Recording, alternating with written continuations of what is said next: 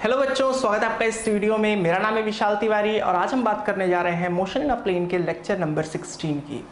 इससे पिछले वीडियो में हमने रिलेटिव मोशन स्टार्ट करा था कि क्या होता है रिलेटिव मोशन, रिलेटिव वेलोसिटी और रिलेटिव एक्सेलरेशन का फॉर्मूला कैसे होता है, कैसे फॉर्मूले को पुट करना है और कैसे कुछ न्यूमेरिकल्स में जहाँ पर रिलेटिव वेलोसिटी अप्लाई हो सकती है वहाँ पर हम लोग रिलेटिव वेलोसिटी का ऐप यूज़ करते हुए क्वेश्चन को बहुत ईजी वे में सॉल्व कर सकते हैं। ठीक है, फंडामेंटल मेथड में बहुत ज़्यादा टाइम लगता। अब चलो आगे की बात करते हैं। दो इसमें ऐसे टॉपिक हैं जिस पे हमारा कमांड होना बहुत ज़रूरी है। पहला टॉपिक है रिवर बोट प्रॉब्लम या फिर जिसे हम लोग रिवर स्विमर प्रॉब्लम बोलते हैं, और जो सेकेंड पार्ट है वो है हमारा रेन अम्ब्रेला प्रॉब्लम। सो आज की इस वीडियो में हम देखेंगे कि रिवर बोट प्रॉब्लम्स किस तरीके की होती हैं, इसमें क्या चीज़ें पूछी जाती हैं और इसको हमें कैसे अटेम्प्ट करना है। ठीक है, क्वेश्चन को कितना भी घुमा दिया जाए तो भी आप इसका आंसर बहुत ही इजी वे में कैसे निकाल लो उसकी बात करेंगे, बेसिक कॉन्सेप्ट को सीखेंगे। तो चलो डायरेक्टली रिवर बोट या रिवर स्विमर पे आने से पहले मैं आपको एक छोटी सी चीज़ बताता हूं जो आपको ऑलरेडी पता है, सिर्फ आपको विजुअलाइज करने की ज़रूरत है। ठीक है, क्योंकि उसका यूज़ अभी हम लोग देखेंगे कि रिवर बोट प्रॉब्लम में किस तरीके से उसका यूज़ आता है। तो देखो इस चीज़ को ध्यान से समझना। ये है ट्रेन, एक ट्रेन है, ये मान लो कि रेलवे क्रॉसिंग है और आप कहां पर खड़े हो, आप खड़े हो यहां पर। रेलवे क्रॉसिंग है जहां से रेल क्रॉस हो रही है, आप क्रॉसिंग के बगल में खड़े हो और इस ट्रेन के ऊपर आपका एक दोस्त खड़ा है। ट्रेन धीमे धीमे चल रही है, आप मान लो ट्रेन चल रही है 5 किलोमीटर पर आवर की रफ्तार से। ट्रेन चल रही है 5 किलोमीटर पर आवर की रफ्तार से। अब देखो क्या होगा, आपका ये जो दोस्त है, ये आप हो, ये आपका दोस्त है। एक बार मैंने आपके दोस्त को फोन करके पूछा कि बताओ तुम रेस्ट पे हो या मोशन पे हो, या फिर मैंने उससे पूछा कि बताओ तुम्हारी वेलोसिटी कितनी है। तो ध्यान से समझना, मैंने आपके दोस्त को पूछा तो वो तो अपने रिस्पेक्ट में बताएगा ना, वो तो ट्रेन पे खड़ा है, तो उसको क्या लगेगा, वो तो सीधे सीधे बोलेगा कि मैं जो हूं मैं रुका हुआ हूं, मेरी कोई वेलोसिटी नहीं है, मैं रेस्ट पे हूं, मेरी वेलोसिटी 0 है, बोलेगा ना आपका दोस्त। तो ये अपने आप को क्या बोल रहा है, ये बोल रहा है कि मैं रेस्ट पे हूं या फिर मेरी वेलोसिटी कितनी है, 0 है। अब मैंने आपको कॉल करके पूछा कि तुम बताओ तुम्हारे दोस्त की वेलोसिटी कितनी है, तुम्हारे दोस्त की वेलोसिटी कितनी है। तो अब आप इसको अपने रेफरेंस में बताओगे ना, आप अपने रेफरेंस में बताओगे तो देखो बोलोगे क्या, बोलोगे कि जो आपका दोस्त है वो 5 किलोमीटर पर आवर की रफ्तार से आगे बढ़ रहा।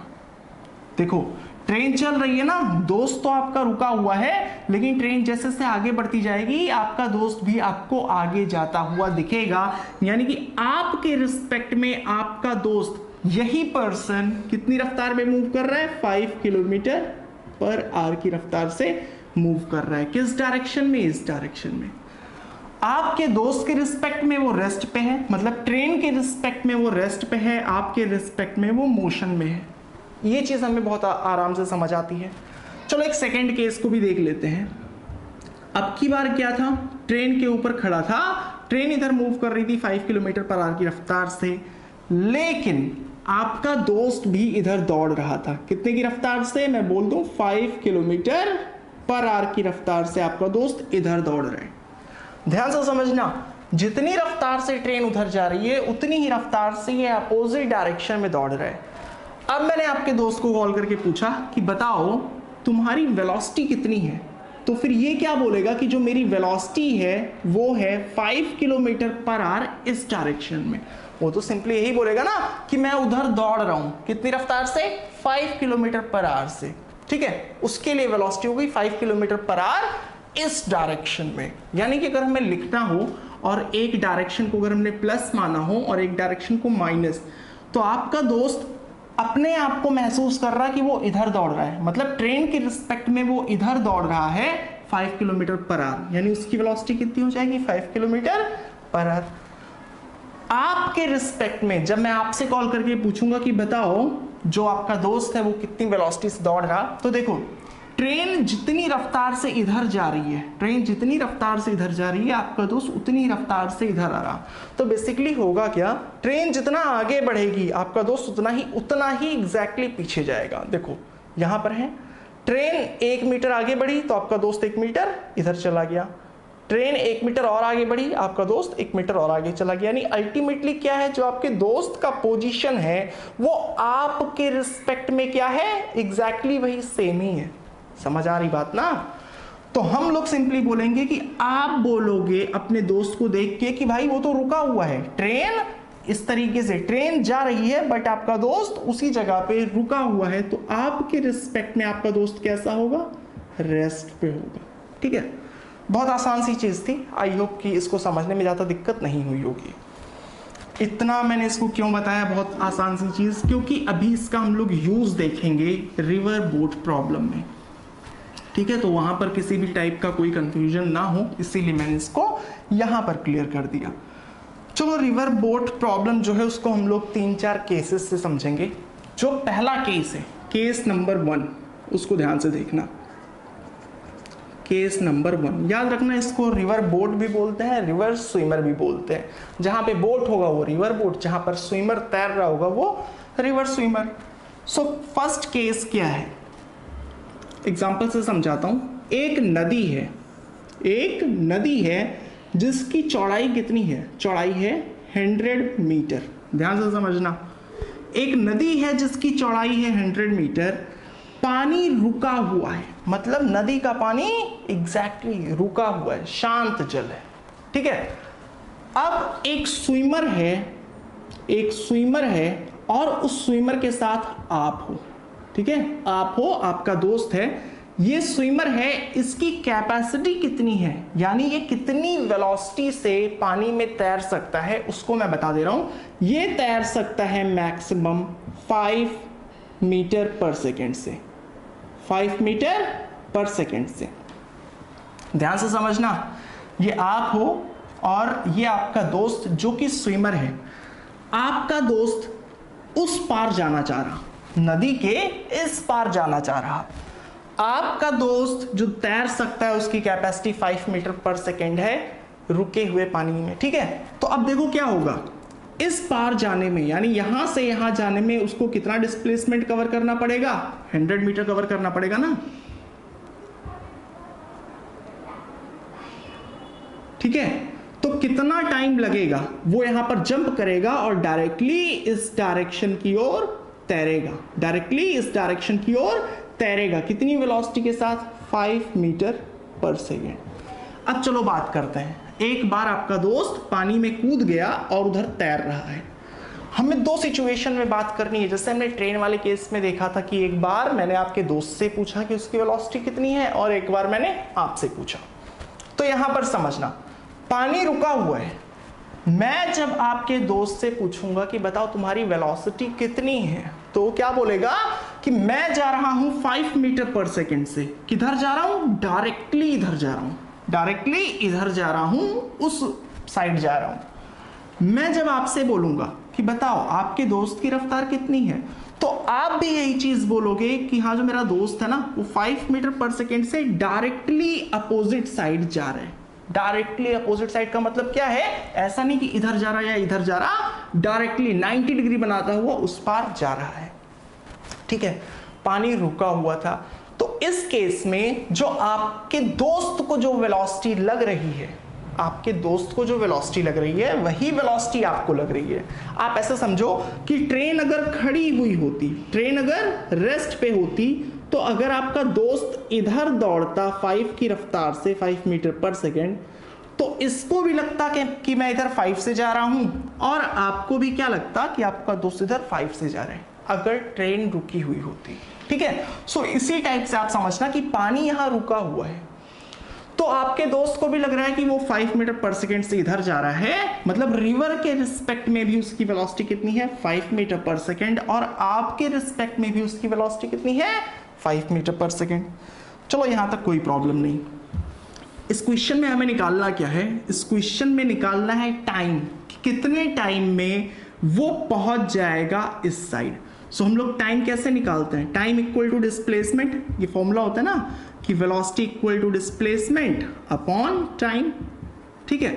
सो टाइम को इधर लेके आएंगे, बहुत सिंपल चीजें हैं, बहुत ज्यादा एक्सप्लेन नहीं करूंगा। Time equal to displacement upon velocity. So time कितना आ जाएगा, डिस्प्लेसमेंट कितना है, कितना डिस्प्लेसमेंट उसको कवर करना है, 100 मीटर। सो 100 मीटर अपॉन वेलोसिटी है 5 मीटर पर सेकेंड, सो ये कितना आ जाएगा 20 सेकेंड, यानी कि 20 सेकेंड में ये जो स्विमर है वो इस साइड आ जाएगा। कहां आ जाएगा, डायरेक्टली अपोजिट वाला जो पॉइंट है। 20 सेकेंड बाद आपका दोस्त यहां पर होगा, ठीक है, ये चीज समझ आई। 20 सेकेंड बाद आपका दोस्त डायरेक्टली यहां पे है। ये बहुत सिंपल सी बात थी। अगले क्वेश्चन में आप ध्यान से देखना, जहां पर हम लोग पानी की भी एक सर्टेन वेलोसिटी देंगे। अभी तक मैंने जो पढ़ाया उन सब में से कुछ नहीं आना, बट उन्हीं कॉन्सेप्ट का यूज करते हुए जो अगला केस है उसको समझेंगे। Case number 2। अब की बार क्या है, सेम रिवर है, नदी वही है, जिसकी विड्थ कितनी है, जिसकी चौड़ाई कितनी है, हम बोलेंगे चौड़ाई है 100 मीटर। आप थे और आपका दोस्त था जिसकी कैपेसिटी कितनी थी, उसकी कैपेसिटी थी 5 मीटर पर सेकेंड से तैरने की। कैपेसिटी है 5 मीटर पर सेकेंड तैरने की, बट यहां पर जो पानी है उसकी भी एक वेलोसिटी है, पानी की एक वेलोसिटी है, मतलब नदी रुकी हुई नहीं है, पानी बह रहा है। और पानी की जो बहने की रफ्तार है, पानी की जो बहने की रफ्तार है वो कितना होगा, वो मैंने दे दिया 3 मीटर पर सेकेंड, ठीक है। समझना क्या चेंजेस मैं कर रहा हूं। अब की बार क्या है, अब की बार ट्रेन चल रही है, ठीक है, अब की बार ट्रेन चल रही है। जब इससे पहले पानी रुका हुआ था तो स्विमर को जो वेलोसिटी अपनी लग रही थी वही वेलोसिटी आपको भी लग रही थी, मतलब रिवर के रिस्पेक्ट में और आपके रिस्पेक्ट में, दोनों के रिस्पेक्ट में वेलोसिटी सेम थी। अब की बार पानी की एक रफ्तार है। अब एक चीज ध्यान से समझना, पिछली बार जो स्विमर था उसको यहां से पहुंचना था, यहां डायरेक्टली अपोजिट पॉइंट पे पहुंचना था, उसने इधर तैरना स्टार्ट किया था। इस बार भी वो क्या करेगा, डायरेक्टली उधर तैरना स्टार्ट करेगा। जाहिर सी बात है, अगर वो अपोजिट साइड पहुंचना चाहता है तो डायरेक्टली उधर जाना चाहेगा। बट होगा क्या, जब ये पानी में कूदेगा, आप ऐसे इमेजिन करो कि अगर यहां पर कोई पॉलीथीन पड़ा होता, अगर कोई पॉलीथीन सिर्फ पड़ा है, मतलब वो नदी के रिस्पेक्ट में रेस्ट पे है, तो एक्चुअली में हम उस पॉलीथीन को देखते तो हमें कैसा लगता कि पॉलीथीन की वेलोसिटी कितनी है, 3 मीटर पर सेकेंड। कहने का मतलब क्या है, पानी बह रहा है तो पानी में कोई चीज रखी हुई है तो उसकी वेलोसिटी भी उतनी होगी ना, मतलब पानी इस डायरेक्शन में 3 मीटर पर सेकेंड तो कर ही देगा। तो ये चीज समझना, आपका जो दोस्त है वो कूद के डायरेक्ट इधर जा रहा है, वो इधर तैरना स्टार्ट कर रहा है, उसको क्या लगेगा, वो तो अपने आप को सोचेगा कि मैं डायरेक्टली इस डायरेक्शन में जा रहा हूं। ध्यान से समझना, उसको क्या लगेगा, वो 5 मीटर पर सेकेंड से इधर तैर रहा है, बट पानी की जो रफ्तार है उसके चलते आपका दोस्त सिर्फ इस डायरेक्शन में नहीं, इधर भी मूव करेगा। यूं समझना, आपका दोस्त अगर यहां पे रुका होता तो पानी के चलते वो उस डायरेक्शन में मूव करता इसी वेलोसिटी के साथ। तो एक्चुअली में क्या हो रहा है, जब आपका दोस्त पानी में कूद के तैरना स्टार्ट किया, पानी में कूद के तैरना स्टार्ट किया 5 मीटर पर सेकेंड से, तो उसको लग रहा है कि उसकी वेलोसिटी कितनी है, 5 मीटर पर सेकेंड इस डायरेक्शन में, उसको ऐसा लग रहा है। बट आप देख पा रहे हो, क्यों, क्योंकि आप पानी से बाहर खड़े हो, आप ग्राउंड पे खड़े हो, ग्राउंड कैसा रुका हुआ है, तो आप देख पा रहे हो कि इस इंसान की जो वेलोसिटी है वो तो 5 मीटर पर सेकेंड इधर है, लेकिन पानी के चलते इसके पास एक और वेलोसिटी आ जा रही है, कितनी, 3 मीटर पर सेकेंड की, जो कि किस डायरेक्शन में है, जो कि इस डायरेक्शन में है, ठीक है। तो 5 मीटर पर सेकेंड के चलते वो यहां पहुंच रहा है, लेकिन साथ ही साथ 3 मीटर पर सेकेंड के चलते वो आगे भी बढ़ रहा है। तो अल्टीमेटली ये किस रास्ते से जाएगा, वो यहां कहीं पे पहुंचेगा। ध्यान से समझना, 5 मीटर पर सेकेंड से वो y एक्सिस के अबाउट, अगर हम लोग इसको x एक्सिस माने और अगर इसको y एक्सिस माने, तो 5 मीटर पर सेकेंड वाई एक्सिस के अबाउट है, तो जो y में डिस्प्लेसमेंट हो रहा है वो 5 मीटर पर सेकेंड के कारण हो रहा है, बट साथ ही साथ 3 मीटर पर सेकेंड के चलते x एक्सिस में भी डिस्प्लेसमेंट होगा। अब बॉडी है उसकी वेलोसिटी इधर भी है, तो इन दोनों का जो रिजल्टेंट वेक्टर आएगा, जो नेट वेलोसिटी आएगी, दो वेक्टर्स का रिजल्टेंट कैसे निकालते हैं, ये पहला वेक्टर हो गया, अगर ये दूसरा वेक्टर है तो हमने पढ़ रखा है कि एक की टेल को उठा के दूसरे की हेड पे रखो। सो अगर इसको उठा के हम यहां पर रखें सो कुछ ऐसा हो जाएगा, ठीक है, इसकी लेंथ 3 है, तो जो रिजल्टेंट आएगा वो कुछ ऐसे आएगा। मतलब एक्चुअली में उसकी वेलोसिटी किस डायरेक्शन में होगी, इस डायरेक्शन में होगी। हम जब देखेंगे, ध्यान से समझना, जब मैं आपसे फोन करके पूछूंगा कि आप अपने दोस्त की वेलोसिटी बताओ, तो आप क्या बोलोगे कि वो इस डायरेक्शन में जा रहे हैं, ठीक है, वो इस डायरेक्शन में जा रहा है और कितनी वेलोसिटी से मूव कर रहा है उसके लिए हमें रिजल्टेंट निकालना पड़ेगा कि इसकी लेंथ कितनी होगी। जब मैं आपके दोस्त से पूछूंगा तो वो क्या बोलेगा कि मैं तो 5 मीटर पर सेकेंड से इधर जा रहा हूं, उसको तो पता ही नहीं है कि 3 मीटर पर सेकेंड के चलते उसके पास एक वेलोसिटी है जो कि उसको इधर ले जा रही, ठीक है, वो आप देख पा रहे हो, ठीक है। चलो इतनी बात समझ आ गई। यहां पे दो चीजें हमको निकालनी होंगी। पहला क्या है, पहला निकालना है टाइम, कि कितने टाइम में स्विमर यहां पे पहुंच जाएगा। अब एक स्टेटमेंट आप ध्यान रखना, किसी एक्सिस के अबाउट, जैसा मैंने बताया था कि अगर आप इंग्लिश पढ़ रहे हो बहुत ज़्यादा, आप 24 घंटे में 10-12 घंटे इंग्लिश पढ़ रहे हो, सो उससे आपके मार्क्स इंग्लिश में इंप्रूव होंगे। स्पेनिश अगर आपने लिया है तो उसमें मार्क्स नहीं इंप्रूव होंगे। अगर आप 12 घंटे इंग्लिश पढ़ रहे हो, स्पेनिश में आधा घंटा भी नहीं पढ़ रहे हो, तो उसमें फेल हो जाओगे। जिस सब्जेक्ट में आप ज़्यादा मार्क्स पाना चाहते हो या किसी सब्जेक्ट में जो मार्क्स मिलते हैं वो सिर्फ इस बात पे डिपेंड करते हैं कि उस सब्जेक्ट में आपने कितना मेहनत किया है। ये चीज़ हम सभी को समझ आती है। इंग्लिश में ज़्यादा नंबर चाहिए तो आप हिंदी चाहे जितना पढ़ लो, आप 18 घंटा पढ़ो, उससे इम्प्रूव नहीं होगा। सेम चीज़ यहाँ पर भी है। मैंने क्या बोला था कि किसी एक्सिस के अबाउट डिस्प्लेसमेंट, जैसे ये है हमारा एक्स एक्सिस, ये है हमारा वाई एक्सिस, किसी एक्सिस के अबाउट जो डिस्प्लेसमेंट होगा वो सिर्फ और सिर्फ इस बात पे डिपेंड करेगा कि उस एक्सिस के अबाउट वेलोसिटी और एक्सेलरेशन कितना है, ठीक है। या ऐसे बोल सकते हैं कि कोई बॉडी वाई एक्सिस में कितना डिस्प्लेस हो रही, कितने टाइम में, वो वाई एक्सिस की ही वेलोसिटी और वाई एक्सिस के ही एक्सेलरेशन पे डिपेंड करेगा। एक्स से कोई भी लेना देना नहीं है, ठीक है। अगर आपको इतनी बात समझ आ गई तो यहां से हम लोग ऑब्जर्व कर सकते हैं कि भाई ये तो हमारा एक्स एक्सिस है और ये हमारा वाई एक्सिस है। सो इस साइड पहुंचने के लिए, यहां से इस साइड पहुंचने के लिए वाई एक्सिस में कितना डिस्प्लेसमेंट चाहिए, हम बोलेंगे 100 मीटर इस स्विमर को तैरना पड़ेगा। 100 मीटर वाई एक्सिस में तैरना पड़ेगा, ठीक है। तो हम लोग क्या बोलते हैं, time equal to displacement, time equal to displacement upon velocity. Acceleration है नहीं इसीलिए हम लोग s equal to et plus half at square नहीं लगा रहे। So time equal to displacement upon velocity, हम लोग डिस्प्लेसमेंट और वेलोसिटी दोनों ही y की पुट करेंगे, ठीक है, दोनों ही किसकी पुट करेंगे, y की पुट करेंगे, क्योंकि x से कोई लेना देना नहीं है। y में कितना डिस्प्लेस होना पड़ेगा इस साइड पहुंचने के लिए, हम बोलेंगे 100 मीटर डिस्प्लेस होना है। तो y की वेलोसिटी कितनी है, y की वेलोसिटी तो 5 मीटर पर सेकेंड है। ये जो 3 मीटर पर सेकेंड है ये तो x एक्सिस के अलॉन्ग वेलोसिटी है। समझ आ गई बात। सो y की वैल्यू है 5। टाइम कितना लगेगा, टाइम लगेगा 20 सेकेंड। पिछली बार भी जब पानी रुका हुआ था तो इस स्विमर को 20 सेकेंड लग रहे थे, इस बार भी 20 सेकेंड लग रहे हैं, कोई चेंज नहीं आया है। क्यों चेंज नहीं आया है, क्योंकि y के अबाउट जो डिस्प्लेसमेंट था पहले भी 100 था, अभी भी 100 है। y के अलॉन्ग जो वेलोसिटी थी वो पहले भी 5 थी, अभी भी 5 है। सिर्फ चेंज क्या आया है कि पानी की वेलोसिटी 3 मीटर पर सेकेंड है।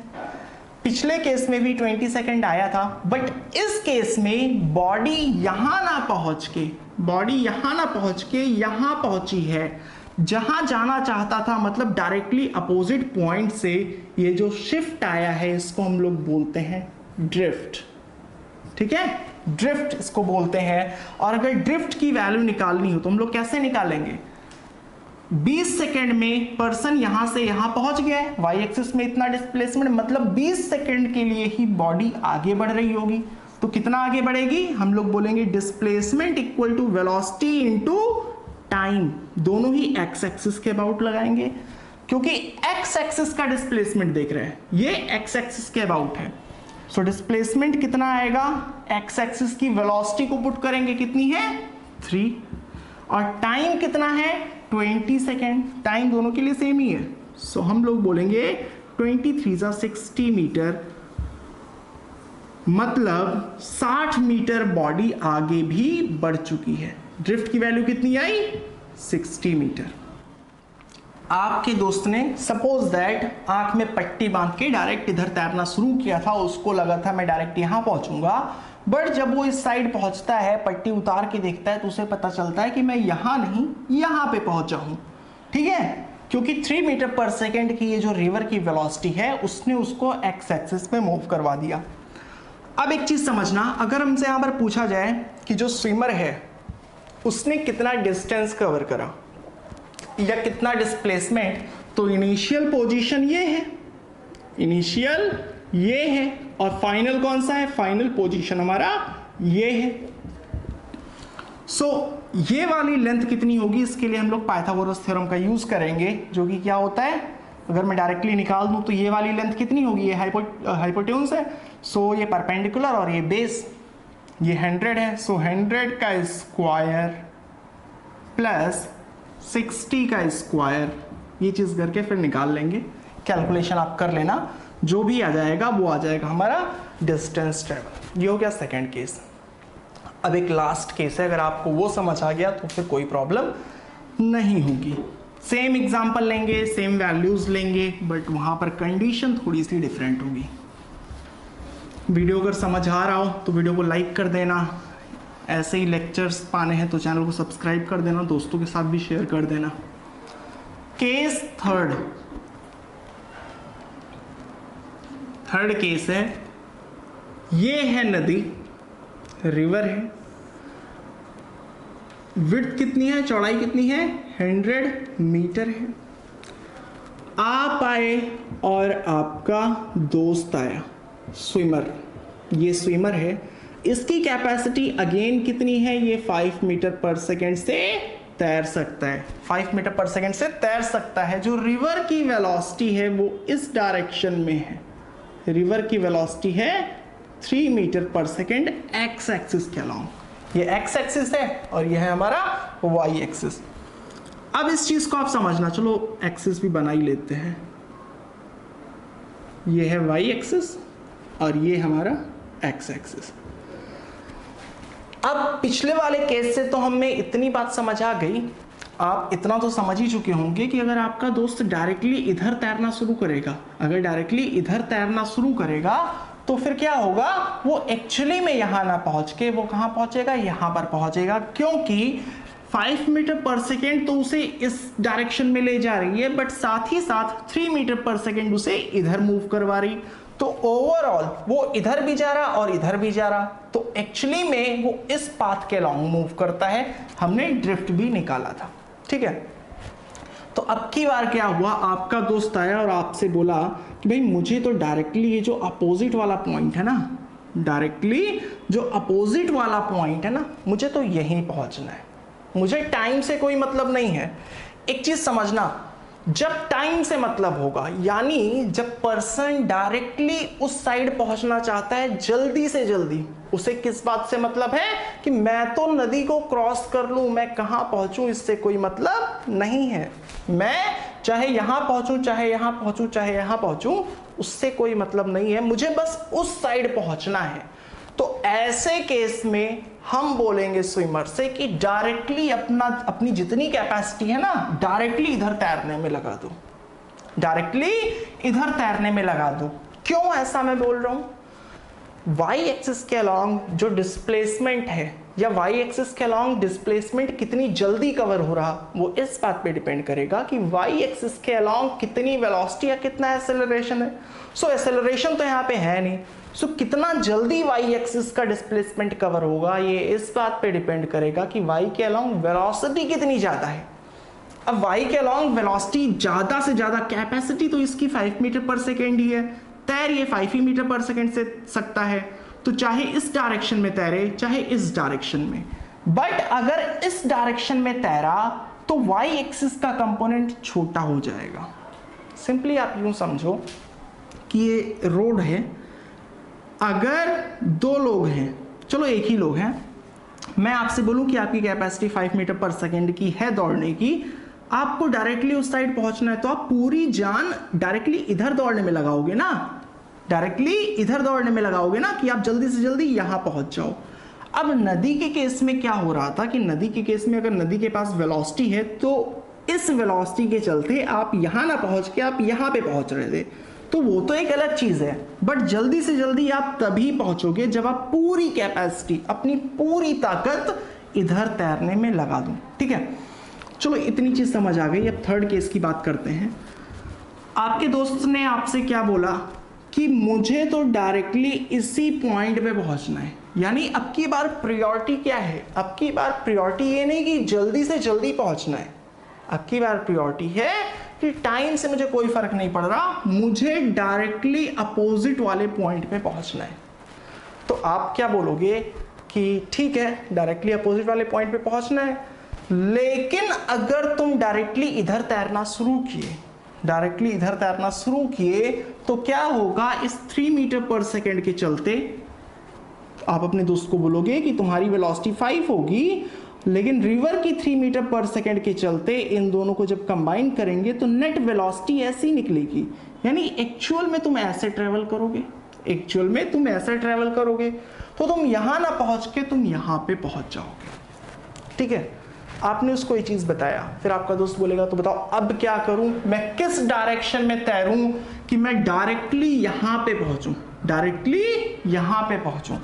तो इस केस को समझने के लिए आप वो ट्रेन वाला एग्जांपल याद करो कि ट्रेन अगर इधर चल रही है 5 मीटर पर सेकेंड से, इधर चल रही है 5 मीटर पर सेकेंड से, और आपका दोस्त भी अगर इधर 5 मीटर पर सेकेंड से दौड़ रहा हो, आपका दोस्त भी इधर 5 मीटर पर सेकेंड से दौड़ रहा हो, तो ग्राउंड के रिस्पेक्ट में, मतलब आपके रिस्पेक्ट में आपका दोस्त कैसा लगेगा कि ये तो रुका हुआ है, ये तो रुका हुआ है।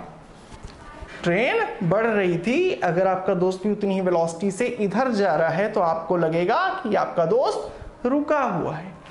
सेम वे में, ठीक उसी तरीके से अगर नदी का पानी बह रहा है, अगर नदी का पानी बह रहा है, अगर स्विमर मान लो इधर है 3 मीटर पर सेकेंड नदी की वेलोसिटी, नदी उसको इधर 3 मीटर पर सेकेंड से ले जा रही है, अगर स्विमर जो आपका दोस्त है अगर वो इस डायरेक्शन में 3 मीटर पर सेकेंड से तैरने लगे तो क्या होगा, देखो 3 मीटर पर सेकेंड से इधर मैं ले जाऊंगा और जो स्विमर है वो भी इधर जाएगा। सो यही चीज होगी, यानी आप जमीन पे खड़े हो, आपको क्या लगेगा, स्विमर को तो लगेगा कि वो इधर जा रहा है, वो इधर जा रहा है 3 मीटर पर सेकेंड से, नदी के रिस्पेक्ट में उसकी वेलोसिटी इधर है 3 मीटर पर सेकेंड, बट आपको क्या लग रहा है, आप एक्चुअली में देख पा रहे हो कि स्विमर कहीं नहीं जा रहा है, स्विमर रेस्ट पे है, स्विमर रेस्ट पे है। अब एक चीज समझना, अब आप देख रहे हो कि स्विमर रेस्ट पे है, साथ ही साथ वो 3 मीटर पर सेकेंड इधर मूव करते हुए कुछ वेलोसिटी के साथ अगर इधर भी मूव करे तो क्या होगा, 3 मीटर पर सेकेंड के चलते तो वो रुका हुआ है। कंफ्यूजिंग हो जाएगा, बोर्ड पे बताता हूं। जैसे देखो, अगर स्विमर इधर मूव करे 3 मीटर पर सेकेंड से तो इस रिवर वाली वेलोसिटी को कैंसिल कर देगा। मान लो यहां पर कोई स्विमर है, आपका दोस्ती है, वो अगर 3 मीटर पर सेकेंड से इधर मूव करता तो फिर क्या होता, उसकी वेलोसिटी जितना पानी उधर ले जाती उतना ही ये इधर आ जाता, यानी आपको देख के क्या लगता कि स्विमर यहीं पे रुका हुआ है। ठीक है, तो हम बोलेंगे या आप बोलोगे अपने दोस्त को कि तुम इस तरीके से कूदो, तुम इस तरीके से स्विम करो कि जो तुम्हारा ये वाला कंपोनेंट है, कौन सा वाला, पानी के अपोजिट वाला जो कंपोनेंट है, वो कंपोनेंट कितना है, पानी की वेलोसिटी के बराबर है। ध्यान से समझना, आपका दोस्त डायरेक्टली अपोजिट वाले पॉइंट तक पहुंचना चाहता था, पानी की वेलोसिटी 3 मीटर पर सेकेंड थी, तो आप बोलोगे अपने दोस्त को कि अगर तुम्हारी वेलोसिटी इधर 3 मीटर पर सेकेंड रहे तो ये वाला तुम्हें इधर नहीं ले जा पाएगा, ये 3 मीटर पर सेकेंड तुम्हें इधर नहीं ले जा पाएगा। तो आप अपने दोस्त को बोलोगे कि जो तुम्हारी कैपेसिटी कितनी है 5 मीटर पर सेकेंड की, तो तुम कुछ ऐसे एंगल पे स्विम करो कि इस 5 मीटर पर सेकेंड का एक कंपोनेंट इधर आ जाए, कितना आ जाए 3 मीटर पर सेकेंड, क्योंकि अगर ये 3 आ गया तो ये 3 इस 3 को जो रिवर वाला है इसको कैंसिल कर देगा और इस 5 का एक कंपोनेंट इधर भी बचेगा। अब ये इस वेलोसिटी ने इसको कैंसिल कर दिया और ये वाली जो वेलोसिटी आ रही ये तुमको डायरेक्टली यहां लेके जाएगी। अल्टीमेटली हम क्या कर रहे हैं, हम इस 5 के एक कंपोनेंट से इस 3 मीटर पर सेकेंड का इंपैक्ट खत्म कर दे रहे हैं। ये 3 इस 3 को कैंसिल आउट कर जाएगा। सो देखते हैं कितने एंगल पे हम लोग कूदें, उसका ध्यान रखना है, उसको भी निकालना सीखते हैं। 5 मीटर पर सेकेंड उसकी मैक्सिमम कैपेसिटी थी, तो वो तो तैरेगा अपनी मैक्सिमम कैपेसिटी पे 5। हमने मान लिया कि वो कितने एंगल पे कूद रहा है, वो थीटा एंगल पे कूद रहा है, वो थीटा एंगल पे कूद रहा है। सो अगर हमने पढ़ा है ना कि अगर ये वेक्टर आर है तो जो रेक्टेंगुलर कंपोनेंट करें, सो जो थीटा से टच में होता है वो होता है आर कॉस थीटा और सामने वाला होता है आर साइन थीटा। ठीक है, सो ये 5 है तो ये वाला कंपोनेंट कितना होना चाहिए, 3 होना चाहिए, ये तो हम सभी को पता है, पर फॉर्मूले के अकॉर्डिंग क्या आएगा 5 cos थीटा। अभी के लिए मैं 3 रब कर दे रहा हूं। हम थीटा डिग्री पे हमने बोला उससे कि इस डायरेक्शन में कूदो, ये जो एक्स एक्सिस है उससे थीटा डिग्री बनाते हुए। सो 5 cos थीटा और ये वाली जो वेलोसिटी आई कितनी निकल आई, ये वाली निकल आई 5 sin थीटा। अब एक चीज समझना, 5 cos थीटा कितने के बराबर होना चाहिए, इस 3 के बराबर होना चाहिए। 5 cos थीटा इस 3 के बराबर होना चाहिए, क्योंकि तभी ये दोनों एक दूसरे को कैंसिल करेंगे और ये 5 sin थीटा आपको डायरेक्टली यहां लेके जाएगा। सो 5 cos थीटा इक्वल टू 3, यानी cos थीटा इक्वल टू 3/5। अब चलो ट्रायंगल बनाते हैं। cos थीटा, cos क्या होता है, बेस अपॉन हाइपोटेन्यूज होता है, यानी बेस कितना है 3 है और हाइपोटेन्यूज कितना है 5 है। हाइपोटेन्यूज कितना है 5 है। सो हमने एक ट्रायंगल पढ़ा है ना 3, और अगर ये 5 है तो इसकी वैल्यू कितनी होगी 4 होगी। अब मैं यहां पर बता देता हूं इसकी वैल्यू होती है 53 डिग्री। एक चीज आप और याद रखना कि अगर ये 4 है, ये 3 है और ये 5 है, तो यहां पर इसकी वैल्यू कितनी होगी 37 डिग्री। ये दोनों ट्रायंगल्स याद रखना, इसकी वैल्यूज काम आती हैं। So cos theta equal to 3/5, cos theta equal to 3/5, यानी कि थीटा की वैल्यू कितनी आ रही है 53 डिग्री आ रही है। यानी अब आप अपने दोस्त से बोलोगे कि काम करो, तुम्हारी कैपेसिटी 5 मीटर पर सेकेंड से कूदने की है, तो तुम ये जो हॉरिजॉन्टल है ना इससे इधर 53 डिग्री पे कूद जाओ और स्विम करना स्टार्ट कर दो। अगर तुम ऐसा करोगे तो ये वाला तुम्हारा जो इधर वाला कंपोनेंट आएगा वो 5 cos थीटा आएगा, मतलब 5 cos 53 आएगा, जो कि इस 3 वाले के बराबर होगा। तो ये 3 इस 3 को क्या कर देगा, कैंसिल कर देगा। कहने का मतलब नदी की जो वेलोसिटी है उधर, ये नदी की वेलोसिटी आपके वेलोसिटी दोनों मिलके कैंसिल हो जाएंगे और आप इधर नहीं जाओगे। पिछले केस में पूरी वेलोसिटी उधर हमने दे दी थी, तो स्विमर इधर जा रहा था, बट ये 3 मीटर पर सेकेंड स्विमर को इधर लेके जा रही थी। ठीक है, समझ आ गई बात। तो हमें थीटा पे स्विम करना होगा। एक चीज और देखना है कि आपसे कौन सा एंगल पूछा जा रहा है। हो सकता है आपसे ये वाला एंगल पूछा जाए, तो अगर ये 53 हो गया तो ये हो जाएगा 37। कौन सा एंगल पूछा जा रहा है आप इस चीज का ख्याल रखोगे। सो कितने एंगल पे पूछा हम लोग तैरे हैं, या स्विमर कितने एंगल पे तैरे, हमने ये चीज निकाल ली। अब जो आपका दोस्त है आपसे पूछा कि ठीक है तो मुझे पता चल गया कि मैं डायरेक्टली अपोजिट वाले पॉइंट पे कैसे पहुंचूं, अब ये भी बता दो कि अगर मैं ऐसे तैरूंगा तो मैं कितने टाइम में पहुंचूंगा, तो मैं कितने टाइम में यहाँ पे पहुंचूंगा। तो ध्यान से समझना। अब अगर ये 3 आया है तो ये वाला कंपोनेंट कितना है 5 साइन थीटा, 5 साइन थीटा। सो 5 साइन 53 की वैल्यू कितनी है 4/5 परपेंडिकुलर अपॉन हाइपोटेन्यूज। सो 4/5 ये वैल्यू आ गई 4 मीटर पर सेकेंड, यानी 5 साइन थीटा की वैल्यू कितनी है 4 मीटर पर सेकेंड। अब फिर से हम उसी चीज पे आते हैं, y के एक्सिस जो डिस्प्लेसमेंट होगा वो y के अलॉन्ग वेलोसिटी और y के अलॉन्ग एक्सेलरेशन पे डिपेंड करेगा, या x के अलॉन्ग जो डिस्प्लेसमेंट हो रहा है वो x की वेलोसिटी और x के एक्सेलरेशन पे डिपेंड करेगा। So displacement equal to velocity into time, velocity into time, चलो ऐसे इक्वल टू ut ही लिख ले रहा हूं, प्लस हाफ lt स्क्वायर होता है बट एक्सेलरेशन है नहीं, सब कुछ हमें y एक्सिस के अबाउट पुट करना है। So displacement along y axis, y के अलोंग वेलोसिटी कितनी है 4 है, y के अलोंग वेलोसिटी मैंने चलो ठीक है y के अलोंग वेलोसिटी 4 है।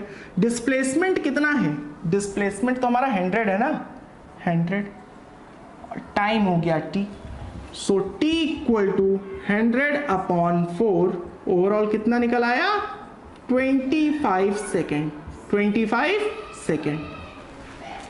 पिछले क्वेश्चन में जो पिछला केस था उसमें 100 मीटर था, कैपेसिटी भी सेम ही थी और वहां पे टाइम कितना निकला था 20 सेकेंड निकला था। मैंने रीजन भी बता दिया क्यों, क्योंकि पिछली बार इसने स्विमर ने अपनी टोटल कैपेसिटी इधर ही लगा दी थी 5, ठीक है, टोटल कैपेसिटी इधर लगा दी थी। तो जब कभी भी आपसे पूछा जाए कि स्विमर को शॉर्टेस्ट टाइम में, कम से कम टाइम में उस साइड पहुंचना है, कम से कम टाइम में उस साइड पहुंचना है, तो आपको एक चीज करनी है, आपको स्विमर को डायरेक्टली उस डायरेक्शन में स्विम करवा देना है, ठीक है। आपको इस चीज से मतलब नहीं है कि वो यहां पहुंच रहा है या यहां पहुंच रहा है, आप पूरी की पूरी जितनी भी उसकी क्षमता है आप डायरेक्टली उस डायरेक्शन में, यानी कि डायरेक्टली परपेंडिकुलर डायरेक्शन में आप उसको दे दोगे, क्योंकि जितनी ज़्यादा वेलोसिटी होगी y एक्सिस में उतना ही कम टाइम लगेगा y एक्सिस में डिस्प्लेसमेंट होने के लिए। और इस केस में हमारा ड्रिफ्ट भी निकलता है। ड्रिफ्ट क्यों निकलता है ये भी हमने पढ़ रखा है कि रिवर की जो वेलोसिटी होती है, इस वेलोसिटी से तो ये आगे जाएगा बट रिवर की वेलोसिटी के कारण ये डायरेक्टली अपोजिट ना पहुंच के वो कुछ आगे पहुंचेगा। इस केस में हम लोग ऐसे एंगल पे जंप करवाते हैं या ऐसे एंगल पे स्विम करवाते हैं कि इसका एक कंपोनेंट, देखो x के अलोंग जो डिस्प्लेसमेंट होगा वो x की वेलोसिटी और x के एक्सेलरेशन पे डिपेंड करेगा। अब x में कोई एक्सेलरेशन तो है नहीं और इस स्विमर की x की वेलोसिटी कितनी है, वेलोसिटी अलोंग x एक्सिस कितनी है, नदी के चलते तो 3 इधर था और स्विमर का ये जो एक कंपोनेंट है उसके चलते 3 इधर था, तो 3 इधर 3 इधर दोनों मिलके कैंसिल आउट हो जाएंगे, 3 - 3 ये +3 है -3 है, ओवरऑल क्या गया 0। मतलब x एक्सिस में कोई वेलोसिटी है ही नहीं है। स्विमर को लगेगा कि वो इधर तैर रहा है, लेकिन जब मैं आपसे पूछूंगा तो आप बोलोगे कि स्विमर कैसा जा रहा, एग्जैक्टली इधर सीधे जा रहा है। आपको लगेगा स्विमर डायरेक्टली सीधे जा रहा है, कितनी रफ्तार से 4 मीटर पर सेकेंड से। तो इस कॉन्सेप्ट को ध्यान से समझ लेना। वीडियो में कोई भी डाउट लगा हो या जो भी चीज़ें ना समझ आई हो उसको कमेंट करके ज़रूर बताना, और जो भी सजेशंस आपको लगते हो जिनसे टीचिंग और भी इफ़ेक्टिव हो सकती है तो वो भी आप कमेंट सेक्शन में मुझे बता सकते हैं। आज के इस वीडियो में इतना ही। अगले वीडियो में हम लोग रेन अम्ब्रेला प्रॉब्लम की बात करेंगे, जहाँ पर बात होगी कि अगर कोई बारिश हो रही है इतने एंगल पे, आप साइकिल या बाइक से जा रहे हो तो छाते को कितने एंगल पे हमें लगाना चाहिए, उन सारी चीज़ों की बात करेंगे। उसके बाद हमारा ये चैप्टर कंप्लीट हो जाएगा और हम लोग मूव कर जाएंगे नेक्स्ट चैप्टर की ओर। सो अगर वीडियो पसंद आया हो तो वीडियो को लाइक कर देना, चैनल को सब्सक्राइब कर देना। मिलेंगे आपसे अगले वीडियो में, तब तक के लिए बाय बाय।